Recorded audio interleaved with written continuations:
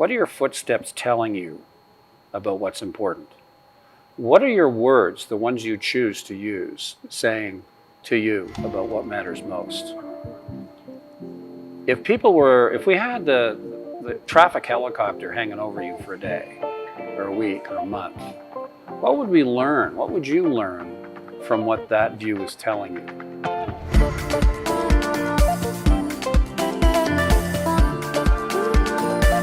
We're going to talk about one more individual. I'm going to call him Mr. Havitol.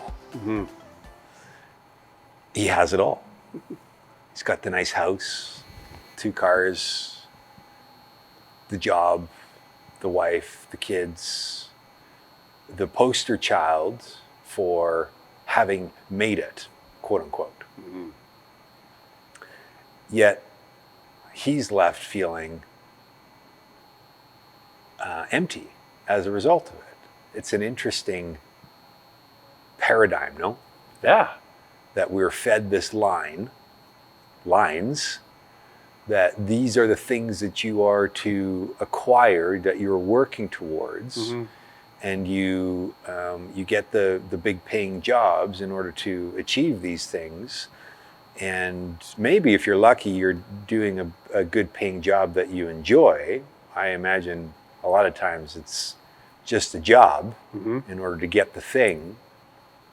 And then you get the thing. Yeah. And you're left asking, is this it? Yeah. That's equally just as disparaging a situation, no? Yeah, almost despairing, I think, because you haven't worked your whole life to get to this place, but in some measure you kind of have. And I think over the course of going through adolescence and young adulthood and then adulthood, you start to frame out, well, what is making it look like? What does success really look like?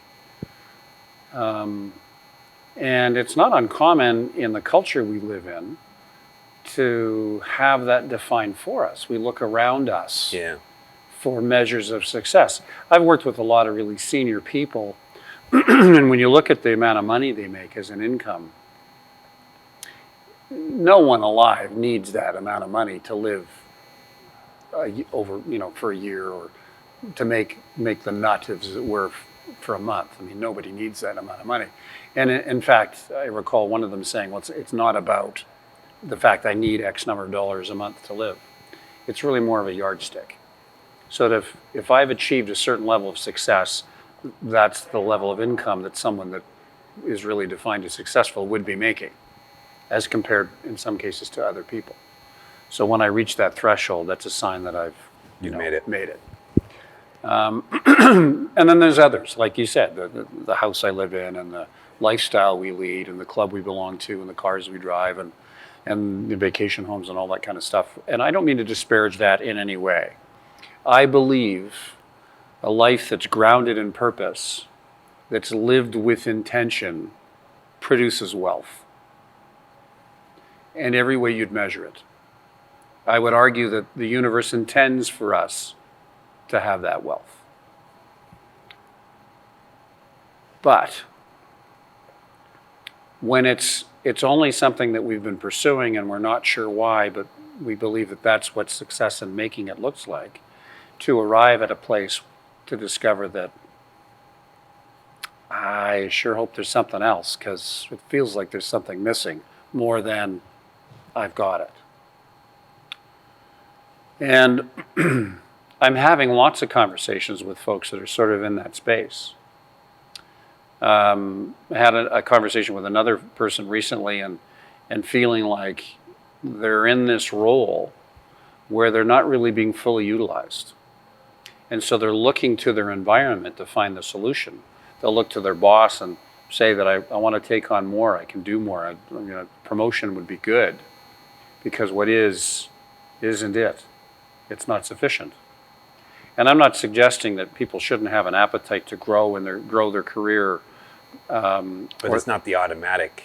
No. It tends to be the automatic direction by nature of society and culture and influence and all that. Totally. But that's not it. If I'm always looking to you or something outside myself to extrinsic measures of what making it looks like or what success looks like, I'm going to be chronically dissatisfied because my cup, once full, will soon be empty.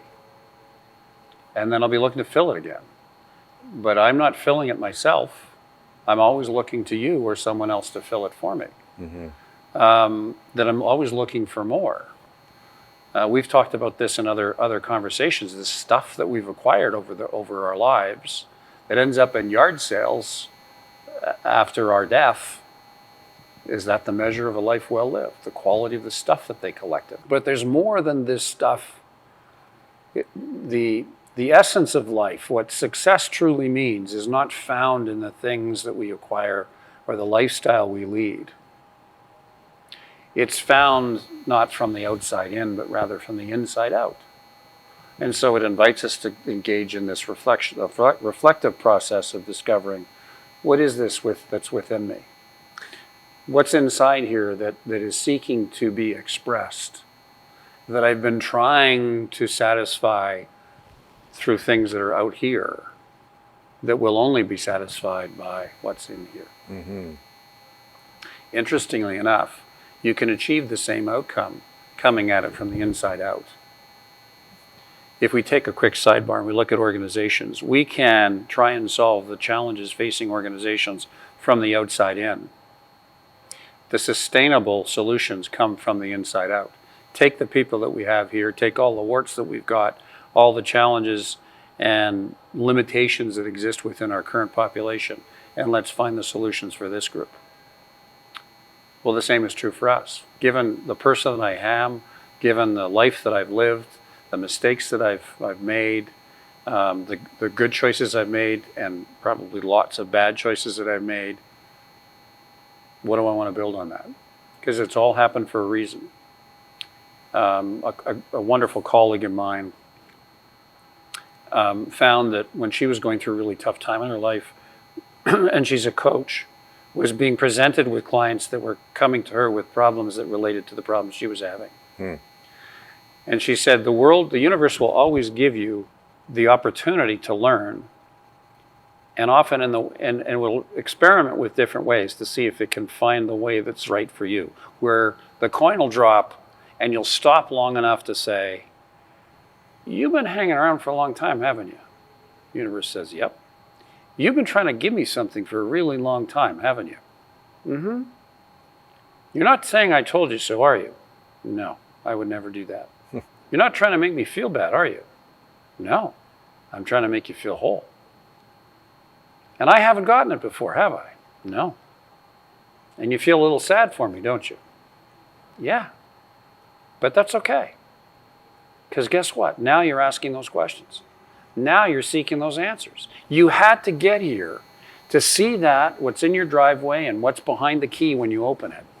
You had to get there to feel what you felt, to recognize, this isn't it. Damn. But you could not have understood it otherwise. No. There was nothing to contrast No. the pro and the con. No. Yeah, we need the negative experiences, and not necessarily the negative experiences, but the experience that then at the end you see, yeah, though that wasn't it. So Yeah. if not that, then what? Yeah. And for those that are in that position where they've acquired whatever they've acquired, it's not all for naught either. No. There is now a really interesting opportunity to explore and create that which you've not explored and created yet. Yeah. And I mean, money can't buy all happiness, right? But it sure can create the space to explore and experiment and tap into something that a lot of us might not necessarily get the opportunity to in that same capacity. I think everybody has the ability to leverage, is given the opportunity to leverage the contrasting experiences of life. Don't want this, definitely want this, and there's just various levels of it. But for those that have it all, and are left with feeling like they have nothing, Yeah. like that there's an emptiness inside. Well, to take the actions to start to distinguish it, write it down, grab those thoughts and start to pull them apart and work to bring some clarity to it. Yeah. So that you can start to see what's behind it. Yeah, it's like there's these elements of us. I think when you arrive at the place of thinking, tell me there's more. Yeah. This isn't it. You've arrived at that stage of readiness to consider the possibility that in fact there's so much more. In fact, you're ready for it. Yes, exactly. Yes. So it's like these elements of who we are, the true us, the true me, standing on the sideline, arms folded, looking at the coach saying, Can I play? Can I play now? Did you ever see the movie Rudy? Yeah. And then the fans start at the end of the game, Rudy, Rudy, Rudy, and this tiny little kid finally got out to play a few snaps with Notre Dame. It's a great story, but it's like that where okay, now you're ready. Well, why didn't you give me this before? You weren't ready. You weren't ready, and it's always been there. It's never been anywhere else. So the opportunity is in the readiness of it. Yeah. And what type of work? So to think about this and now to give you something to wrap your head around is what kind of work can you do that you haven't done yet that will have you be more ready than you were before? Mm-hmm. Not left with, I don't know what to do next, but that you've done the internal work and the exploration and the discovery as you're driving your nice fancy car, that you contemplate about, well, what now?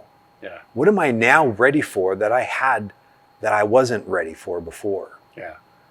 And that is the opportunity now that you get to take to move forward in and begin the process of creating. Yeah. Which anything's possible then at that point. And it's interesting you mentioned the car thing. So what if it wasn't about the car at all? But what if it was where the car was going? It's not about where you're at, it's where you're going. Yeah. Yeah. And it was just, it could have been an Uber, it could have been a bike, could have been a walk. It was where you were going that mattered all along. Mm-hmm. So it's this concept of looking at through fresh eyes with a learner's mind, almost as if for the first time, to now really truly pay attention to yourself and what you're doing. What are your footsteps telling you about what's important? What are your words, the ones you choose to use, saying to you about what matters most? If we had the traffic helicopter hanging over you for a day or a week or a month, what would we learn? What would you learn from what that view is telling you? From people that know you and are watching you, what is your behavior telling them about you as a person and what you're really looking like you're called to do? If you ask somebody, what do you think I'd be great at? Or what am I great at? What would they tell you? And until you're at a point where you realize that where I'm at isn't it, but I feel like I'm not all that far from it, I just can't put my language around it. I just can't. I've had people say, well, what is that? And I can't describe it. Don't do it by yourself. Ask yourself, who do I know that can help me with this?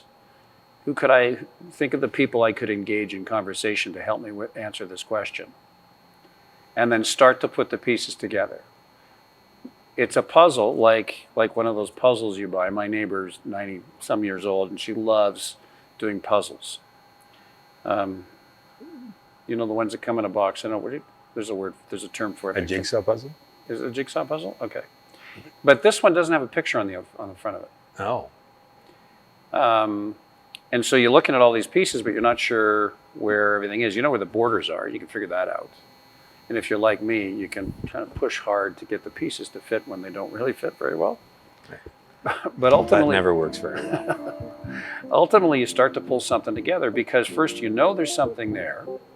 You are ready to now trust that, in fact, the answer's been there all along. And you're prepared to wait and see what happens as you start to down this path of discovery.